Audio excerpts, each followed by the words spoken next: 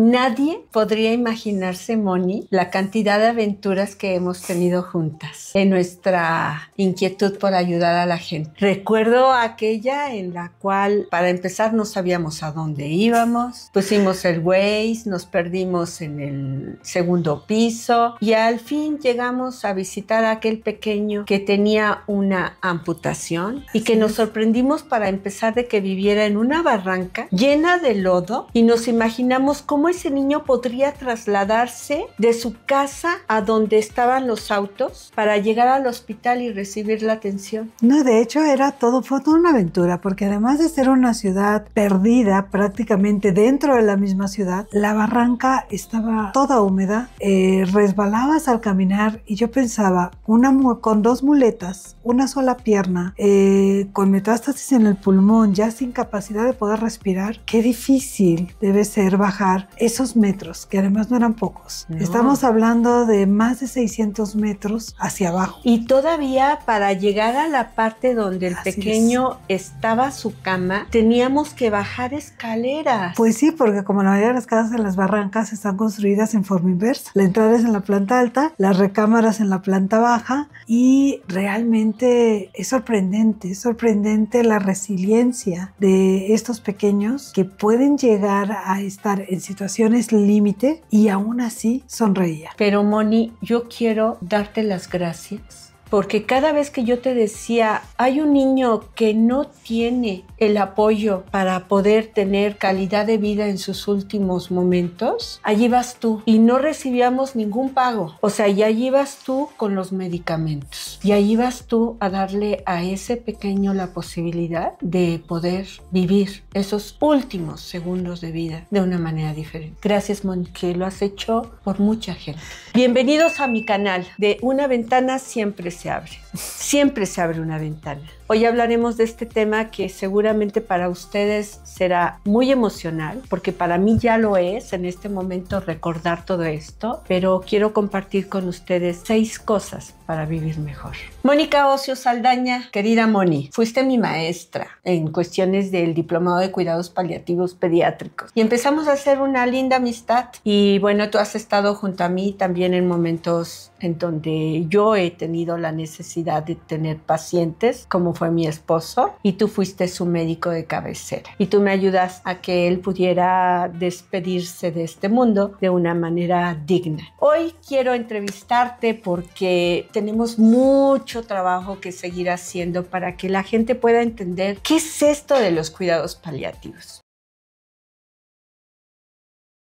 Es un tema fuerte, controversial hasta para la gente que lo hace. Controversial para la gente que lo hace porque hay mucha lucha de poder entre qué estudios tiene que tener, qué certificado tiene que tener para poder intervenir, etc. ¿Tú qué estudiaste, Moni? Platícanos. Soy un poco ecléctica, Aurora. La realidad es que mi formación primaria fue como médico cirujano, egresada de la Facultad de Medicina, orgullosamente universitaria, orgullosamente Puma. Una de las situaciones que me llevaron en la vida a buscar cómo apoyar a los pacientes fue el darme cuenta que el paciente que ya no tenía posibilidades de curación, el paciente que estaba postrado, el paciente que estaba en el domicilio, era el paciente al que nadie veía. Por cuestiones de trabajo, pues muchos vecinos, amigos, conocidos empezaron a llamarme para ver pacientes en domicilio. Y la primera vez, pues dices, ok, puedo resolver, no puedo resolver, pero de pronto me di cuenta que me faltaban herramientas y muchas para poder manejar las situaciones que se encontraban en los domicilios de los pacientes. Entonces mi formación tuvo que ampliarse un poco más. Me formé en medicina del dolor, me formé en medicina paliativa y también me formé en tanatología, también me formé en Gestalt. Porque ahí yo fui tu maestra. En tanatología tú fuiste mi maestra. Tuve la fortuna después de continuar mi formación en logoterapia porque me di cuenta que en el área médica es un área muy descuidada. La parte de salud mental de nuestra propia formación como profesionales de salud es un área que tiene un gran oportunidad de crecimiento, porque nadie te enseña cómo vas a enfrentar las situaciones límite. Y cuando hablamos de cuidados paliativos, estamos hablando no de una especialidad, sino del arte médico. Y eso es algo que tenemos que tener muy claro. La atención paliativa no es algo diferente de la medicina, es parte inherente de la medicina. La atención médica, y eso está descrito incluso en la Organización Mundial de la Salud, abarca básicamente 4 4 áreas: prevención y promoción de la salud, curación cuando esto es posible, rehabilitación y paliación. ¿Y qué es la paliación? Es cuál es el cuidado que voy a dar a un enfermo cuando la expectativa ya no es la curación. Y no porque no queramos, sino porque esta no es posible. Es qué hago con ese paciente que no se va a curar, pero que está viviendo con un proceso de enfermedad que muchas veces va a ser crónico, progresivo y finalmente va a llegar a limitar o a reducir su expectativa de vida.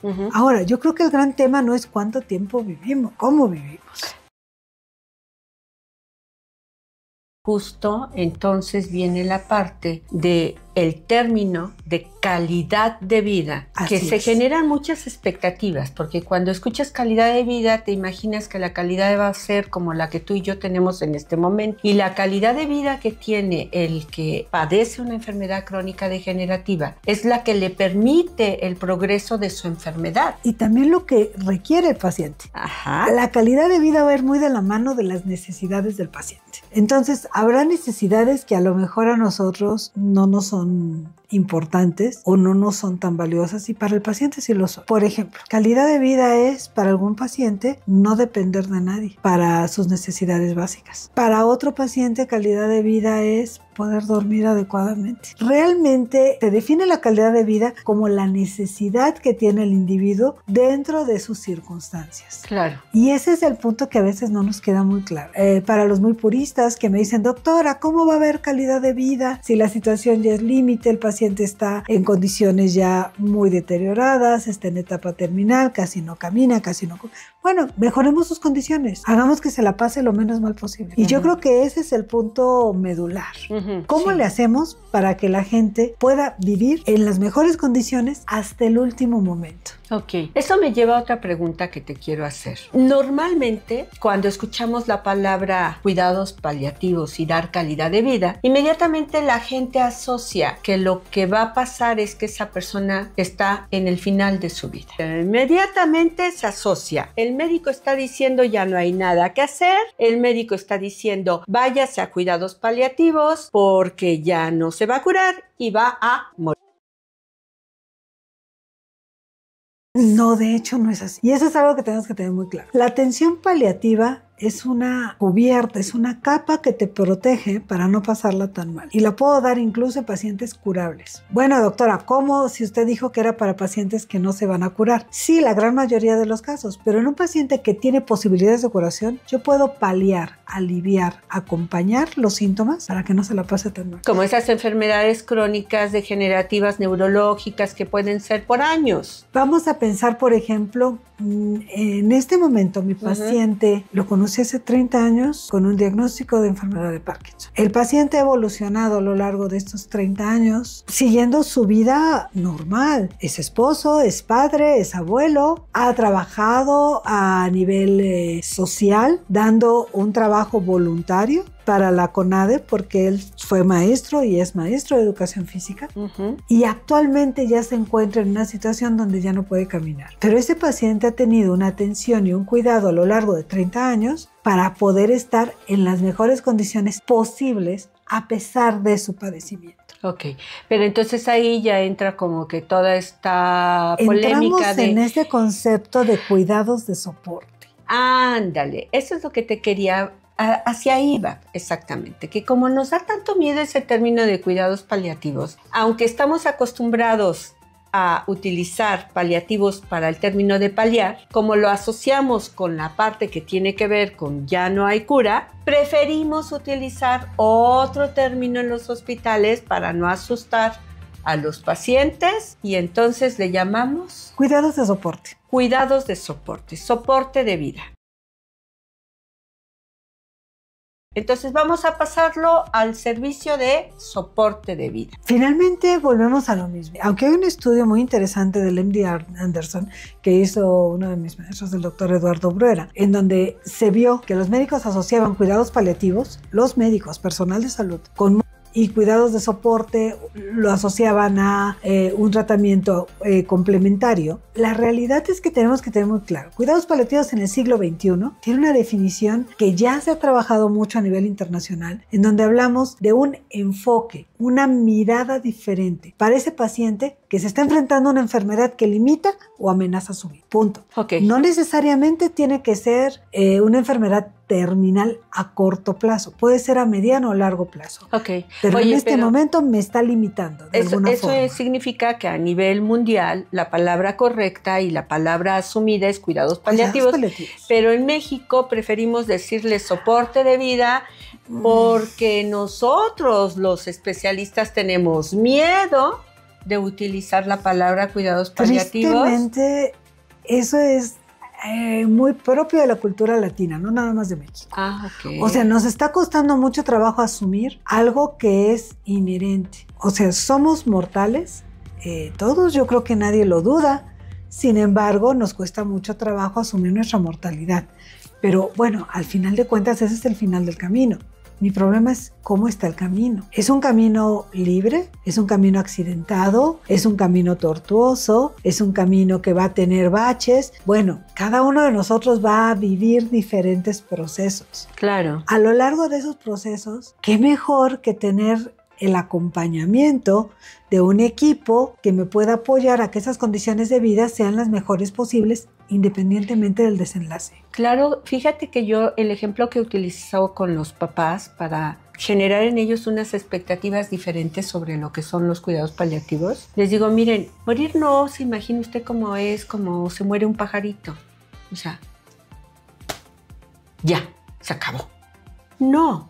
Morir también cuesta trabajo, es un proceso y paliativos lo que va a hacer es justo ayudar a que ese proceso sea menos difícil, que sea paulatino con el apoyo de todo un equipo, el médico, la enfermera, la trabajadora social y el psicólogo, el soporte y el apoyo emocional, social a la familia. Y no solamente eso, también tendríamos que incluir al nutriólogo, que nos va a ayudar a saber cómo voy a alimentar a este paciente a lo largo de todo este proceso, y al fisioterapeuta. ¿Por qué? Porque mientras yo mantenga al paciente con la mayor posibilidad de movilización, con la mayor capacidad para ser autónomo en su diario vivir, mejor va a ser la evolución del proceso de la enfermedad. Claro. Y esto es algo que muchas veces se nos olvida. O sea, no se trata de trabajar solo, se trata de tener una visión distinta, más allá de la visión de la curación, más allá de la visión de la enfermedad. Y estamos transitando a un enfoque a nivel internacional. Esto no es algo nuevo, esto es algo que ya se había discutido en Alma Ata y que ahora en la Agenda 2030 queda muy claro. La atención de salud tiene que ser centrada en las necesidades de las personas. Siempre hay algo que hacer por los demás. Siempre. Siempre tenemos opciones. Pero todo esto ha ido avanzando y digo, no lo que quisiéramos, pero sí ha avanzado, con el convencimiento de que pues al gobierno, a los hospitales, les sale más caro que los pacientes mueran en el hospital a que mueran en casa. Es decir, que reciban el soporte en el hospital es mucho dinero y en casa el gobierno se va a ahorrar eso, y entonces sería bueno que tomáramos conciencia y en todos los niveles, no importa si es atención primaria, en todos los niveles hubiera equipo de cuidados paliativos. Estamos obligados a tenerlo, que es más, México tiene una de las legislaciones más avanzadas en cuidados paliativos. Desde el año 2009, la atención paliativa en México es obligatoria a nivel nacional en unidades públicas y privadas. ¿Eso qué significa? Que tendríamos que tener equipos que dieran ese soporte en todo el país. Pero no lo hay, Moni. La realidad es que no lo hay por una razón bien simple. Eso implica un presupuesto. Y aquí vamos a entrar en otro tema que a veces es un poquito complicado. ¿Cómo le hacemos para gastar cuando no hay dinero para salud? Y muchas veces me lo han dicho. Doctora, prefiero gastar en un paciente que es curable que en un paciente no curable. A nivel de política pública, lo que te puedo decir es que muchos países, el estudio más amplio lo hizo Alemania, que fue un estudio que hizo un seguimiento de 10 años para ver cuánto se ahorraban cuando el paciente entraba a cuidados paliativos. Se llevaron la sorpresa de que en los primeros 5 años se habían ahorrado entre 38 y 40%, pero en los siguientes 5 años, es decir, del año 5 al año 10, el ahorro total en salud era del 70%. ¿Cómo llegaron al 70%? Muy sencillo. En los primeros 5 años el gasto fue mayor porque habían contratado equipo. Tuvieron que abrir una nómina, contratar médicos que fueran a los domicilios a ver a estos pacientes. Por lo tanto, el ahorro no se notó tanto. Pero en los siguientes 5 años, que esa nómina ya existía, que ya era un gasto programado y estadificado, bueno, pues se dieron cuenta que el ahorro era mayúsculo. Claro. Ahora, yo me pregunto, ¿en México tendremos forma de aplicar este sistema? Por supuesto que sí. Todo nuestro sistema de salud, todos, tienen médicos familiares y médicos de atención primaria. Todos los sistemas de salud, el IMSS, el ISSSTE, Pemex, Secretaría de Salud, tienen posibilidad de visita domiciliaria. Pero ¿qué es lo que no hay? Moni. Pues no lo vas a hacer si no tengo plazas asignadas donde yo contrate una persona para que haga la visita domiciliaria. ¿Por qué fuimos a visitar a ese niño? ¿Por qué Porque fuimos nadie a iba. visitar a otro niño? ¿Por qué fuimos a visitar a otro y a otro y Porque a otro? no existen las instituciones. Porque en la papel, institución no va a las en casas. papel está. En el documento existe que deben haber esos equipos. La realidad es que no tenemos esos equipos. Moni, pero no vayamos tan lejos. O sea, cuando sucedió lo de mi esposo, en ese hospital, que era un hospital privado, no tenían equipo de cuidados paliativos. No tenían ni idea, que es lo más increíble. Ni siquiera tenían idea, efectivamente. Ahora, yo puedo aplicar cuidados paliativos en una unidad de terapia intensiva, en un hospital de segundo nivel o de tercer nivel, en el área de medicina interna, pero también lo puedo aplicar en una residencia de adultos mayores. También lo puedo aplicar en un centro de salud. También lo puedo aplicar en un hospital comunitario. Ok, bueno, mira, vamos a pensar bien en que algún día lo llegaremos a tener. Ahí tengo otra pregunta que hacerte, que es, bueno, el hospital se ahorra 70%, pero ¿cuánto le cuesta el sistema de salud? Ok, el gobierno, el sistema de salud se ahorra el 70%. La inversión inicial es la que va a ser costosa. Pero, ¿y la gente en la familia no es costoso atender a un paciente con todas estas condiciones? O sea, porque yo necesito gente de soporte, una enfermera, el médico que lo venga a ver, cuidadores, una alimentación especial, el medicamento para el dolor, el analgésico. Si yo como sistema de salud te puedo ofrecer capacitar a los cuidadores, que habitualmente es la familia. ¿Cuál es el perfil del cuidador en México? El perfil del cuidador en México es mujer de más de 50 años con una enfermedad crónica que no recibe remuneración por el cuidado. ¿Y de qué estoy hablando? De más del 90% de los cuidadores de este país. ¿Te refieres al cuidador principal? El que cuidador es el que principal, cuida al paciente. Que es el que se encarga del paciente. Ese es el perfil del cuidador. La esposa, la hermana. Habitualmente, la esposa, la hija, la hermana, generalmente son mujeres que o son solteras o son divorciadas o son viudas y generalmente no reciben remuneración económica por ello. Y eso no es algo nuevo, eso es algo que tenemos bien descrito en el INEGI desde hace 30 años. Ese es el perfil de nuestras cuidadoras. Ahora, ¿qué pasa si yo a esa cuidadora le doy una capacitación? ¿Tenemos ejemplos de eso? Sí, sí ha habido ejemplos. Ha habido varios esfuerzos. Yo creo que uno de los más interesantes es el que ha hecho el ISSSTE en tener una escuela de cuidadores. Y esa escuela de cuidadores brindaba capacitación una vez a la semana. Brindaba. Actualmente solamente en algunas unidades se continúa, pero ya no es general. Antes se daba prácticamente en todas las unidades de medicina familiar grandes. ¿Qué es lo que se busca ahí? Dar una capacitación y esa capacitación tener reconocimiento por la Secretaría de Trabajo y Previsión Social, como una capacitación para el trabajo. ¿Qué era lo que pasaba y qué es lo que se vio que ocurrió con esos cuidadores, la mayoría mujeres? Que cuando fallecía o se terminaba el periodo de cuidado de su paciente, encontraban una forma de continuar laborando a base de cuidar a otras personas. Se convertían en cuidadoras de soporte. Y eso, además de darles una ganancia económica, les brindaba la tranquilidad de poder seguir desarrollándose, no solamente desde el punto de vista familiar, sino también desde el punto de vista personal.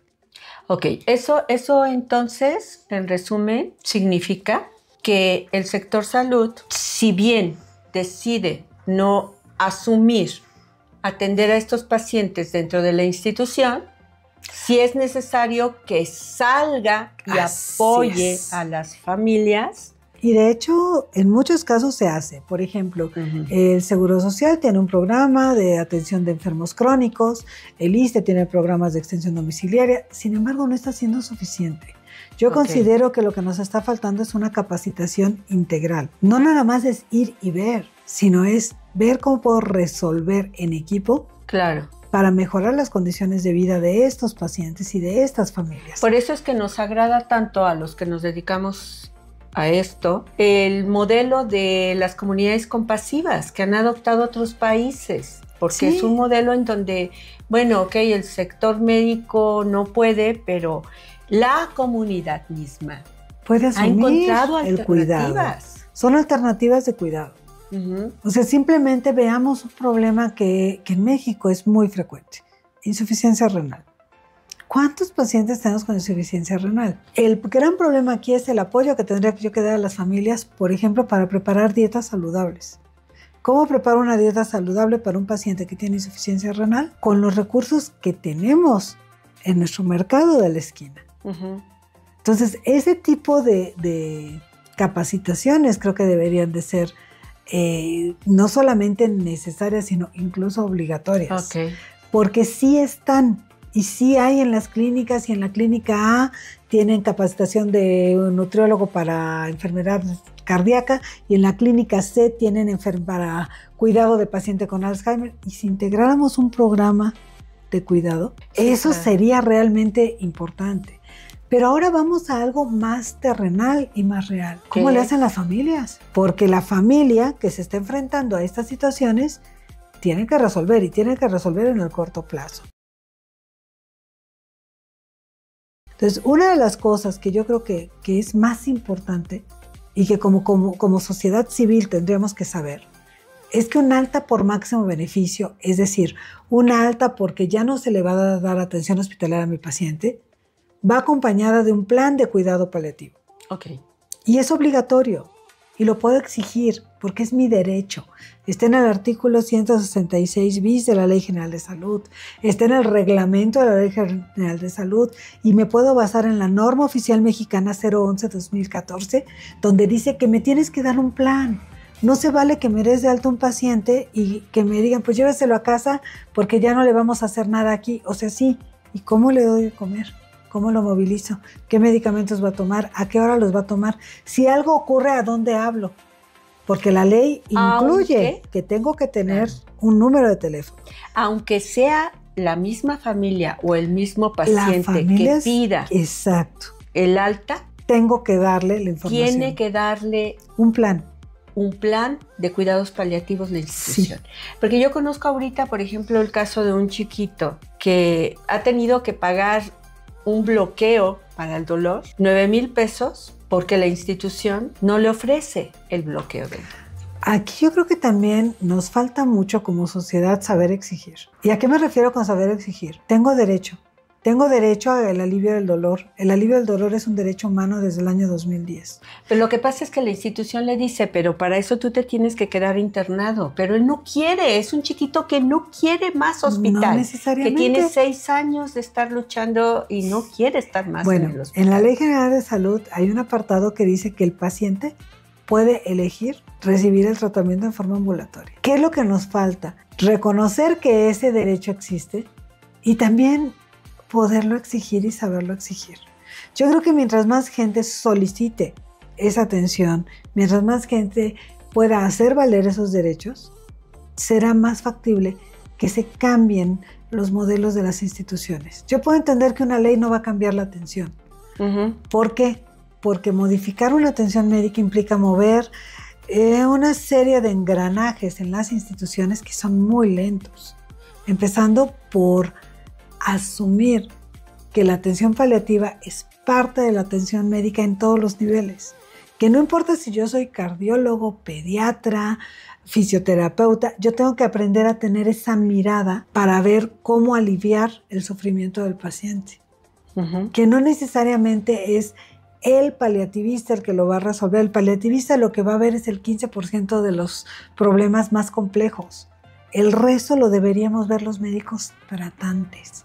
Y así está establecido en la ley. Ok, muy bien. ¿Cuál es el problema aquí? La capacitación. Capacitar, sensibilizar, que como población civil también entendamos que también tenemos una obligación de cuidado para los que están en una situación de mayor vulnerabilidad. Y de crear conciencia, como es mi propósito de haberte invitado en este programa, crear conciencia para que podamos exigir, porque finalmente, como ese caso que empecé a describir, son muchos, son muchísimos, en donde si nosotros supiéramos en qué condiciones están en sus casas, en esos últimos momentos y con qué cantidad de rollos emocionales, porque ahí ya me toca hablar a mí en mi profesión. ¿Recuerdas a ese pequeñito?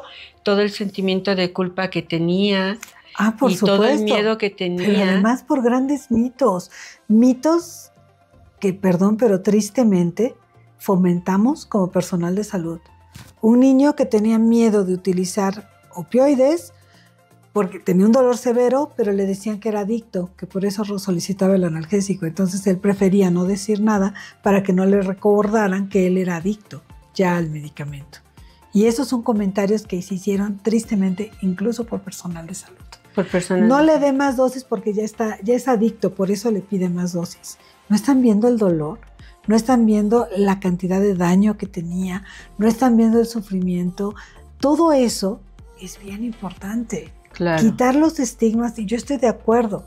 Los opioides pueden tener un uso recreativo muy malo y pueden crear muchos problemas. Pero el paciente con dolor requiere opioides para controlar el dolor. Yo les digo que esto es tan absurdo como satanizar la insulina. O sea, el diabético no es adicto a la insulina. Requiere la insulina para poder mantener su homeostasis, claro, para mantener su equilibrio. El niño, el adulto que tiene un dolor severo requiere una analgesia suficiente para poder vivir en las mejores condiciones posibles. No lo hace para sentirse mejor, como muchas veces me dicen. No, el medicamento es para que no tenga dolor. Y si no tiene dolor, va a poder realizar actividades de una forma mucho más tranquila. Claro. Y eso es lo que tenemos que tener claro. Tenemos muchos mitos, tenemos muchos miedos, pero tenemos que empezar a hablar. Hablar, así es. Ok, Moni, pues bueno, tenemos mucho que hablar. O sea, hoy es un primer programa. Hay muchas cosas. Espero que les haya parecido algo muy interesante, muy profundo y sobre todo algo que es una lección de vida. Yo diría, es una lección de vida. ¿En qué sentido? Haz algo siempre por alguien. Siempre hay algo que forma hacer de que el paciente esté mejor. Claro. Yo siempre les digo, a ver, mi trabajo es que el paciente viva lo mejor posible hasta el último momento. Ok. Ahí, ¿qué te parece si pasamos al final, que es justo 6 cosas importantes para vivir mejor? ¿Sí? ¿De acuerdo? 1. No tengas miedo de utilizar la palabra cuidados paliativos. Paliar significa disminuir, dar confort, facilitar. Búscale muchos sinónimos, no necesariamente el de... 2. Tenemos que aprender a vivir hasta el último momento de la mejor manera posible. No hay motivo, no hay razón para vivir mal, para pasarla mal, cuando tenemos las herramientas para poder estar mejor. 3. Si tienes un enfermo que ya ha sido diagnosticado con una enfermedad crónica degenerativa, acude al plan de cuidados paliativos. Te puede dar un gran soporte para ti, para cuidarlo y para que tu enfermo esté mejor. 4. Dentro de nuestras comunidades, dentro de nuestra familia, dentro de nuestra sociedad, hay muchas necesidades. Por supuesto, no podemos cubrir todas, pero en la medida de lo posible, ¿por qué no aliviar, por qué no ayudar a esa persona que está sufriendo? Y no nada más hablo del sentido físico. ¿Por qué no acompañar al adulto mayor que está solo? ¿Por qué no escuchar a ese enfermo que está en cama? ¿Por qué no visitar a ese familiar que tiene mucho que no vemos y que sabemos que va a estar muy feliz de recibir a lo mejor una compañía, una palabra, una llamada? Eso está en nuestras manos y es parte de empezar a ver en forma compasiva la necesidad del otro. Compasión es amor en acción. Es ¿qué hago para que los demás también puedan estar mejor? 5. Conoce tus derechos para que los exijas. El medio de asistencia médica debe de conocer qué podemos proporcionar para que nuestros enfermos tengan mejor calidad de vida. 6. Amar es un acto exquisitamente humano. Amar es utilizar toda nuestra cognición, toda nuestra inteligencia para estar mejor. Porque te quiero mejor. Porque te quiero bien. Y es, yo creo, que lo que más podemos hacer para que dentro de nuestra sociedad cambiemos un poco la forma en la que vivimos este proceso de enfermedad crónica, avanzada, progresiva y que nos puede dar una mejor atención de salud. ¿Por qué? Porque desde la propia perspectiva estamos cambiando la forma de ver la enfermedad. Gracias, Moni. Si te gustó este video, dale like y recomiéndalo. Y también, por favor, coméntanos si te gusta este tipo de temas para que los sigamos hablando. Nos vemos la siguiente vez. Un placer estar con ustedes.